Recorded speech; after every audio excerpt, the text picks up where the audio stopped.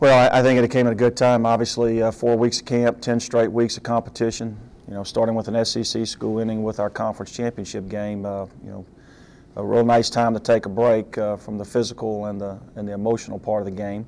Although we did get quite a bit done. Got on the road, recruited, and got an opportunity to visit with some of our commitments and see some high school playoff games and visit some of the the junior colleges throughout the Mid-South. But also, too, we're able to get some player development things done with our younger players and backups and give some of our frontline guys a little bit of rest until the end of the week when we got back with them on Wednesday afternoon and Thursday.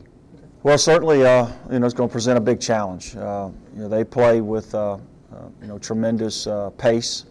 There's several games that we broke down over the last 2 weeks where they've had 120 plus offensive snaps. They average, I think, 91 for the season. So they wear you down.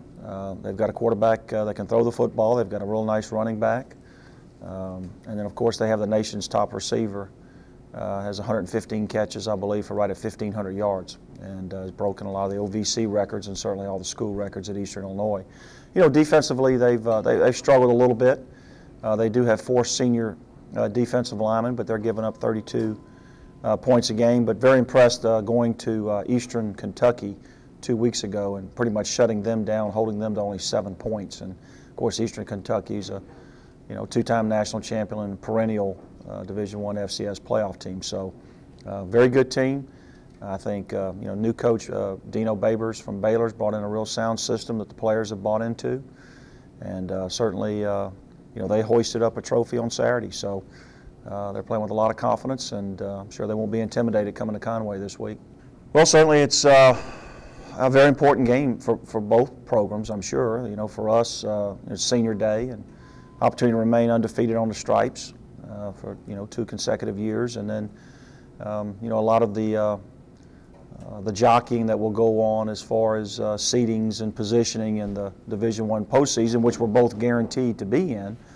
But I'm sure both programs would like to avoid that first round game, whether it be at home or on the road Thanksgiving week. So it means a lot for us to play well this week and get a win, and certainly be able to give our players, Thanksgiving Day and that weekend to rest as well. So, kind of a preview, I guess, of the before the playoffs.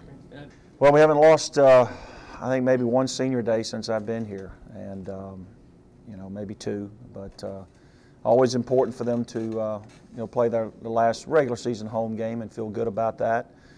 For our 5th-year seniors, they've been a part of 2 conference titles, back-to-back Division I playoff experiences, certainly a lot of wins, and it would mean a great deal, I know, to them and to our staff and our program for those guys to go out winners on Saturday night and know that there's more football to play, but be a part of positioning our program not just for the rest of this season and our postseason, but for the future as well. And good people.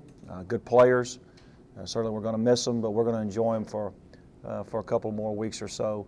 But we will recognize them before the game on Saturday for Senior Day. Question? Yeah, I think Kyle Stouffer will probably be available to play Saturday. That's a young man at 6'7", 315-pound redshirt freshman offensive tackle, dislocated his elbow in the McNeese State game. He should be available to play. I think Marvin Mitchell, who broke his forearm in that same game, is probably 2 weeks away. And so, if we could win on Saturday and play well, then we should have, Marvin back, in the second round of the playoffs. So you got your normal bumps and bruises that have healed up a little bit, some ankles, but got a lot of guys with finger injuries, and it means we're playing with our hands, and that's good. But those things probably won't heal up till springtime. So, but yeah, I just think getting away from practice and several of them got an opportunity to go home for the first time all year, just to, as much as anything, emotionally recharge. I know for the coaches it was very, beneficial as well. Well, I'm guarded. I'm concerned about complacency setting in because obviously we put a great deal of effort in this championship conference push. A lot of emotion, a lot of, physical demands, and I'm worried about a little bit of complacency setting in. And you're always worried about staying sharp and crisp in execution, tackling. And so we've Thursday we kind of grounded them back a little bit, and then gave them a couple more days off. And then last night we had a couple of good hours of work in the indoor facility, and we've lifted hard and trying to stay strong. And I don't think that the more film they get to see of our opponent this week, that that they're going to start to lock in and understand just how good a football team this is, and just how fast they play, and the challenges they present to our team. Well, I think once you get into the postseason, to win a national championship, you either got to win 5 games or 4 games, and they're all hard to do. So, and then with a win, we put ourselves in a pretty good position to possibly host a game. And then so I think it's very, very difficult to try to go on the road and win 5 games to win a national championship. And I think it's much more palatable to have an opportunity to play at home and win some games and make it to the national championship game in January. So I think whenever you get an opportunity to win and rest, I think that's a good thing. And hopefully we won't show any of the ill effects of a lack of execution and tackling on Saturday. So we're going to really embrace practice this week in the sense of urgency that we need to get back that we had in the last few weeks leading up to the Northwestern State game, over a week ago. Well, I just think that, I think anytime you do something for the first time, you're almost happy to be there and, try to have some success. I think this team, a great majority of that team is back and have experienced that. And now we want to play, again, at an extremely high level, ranked in the top 10 this week.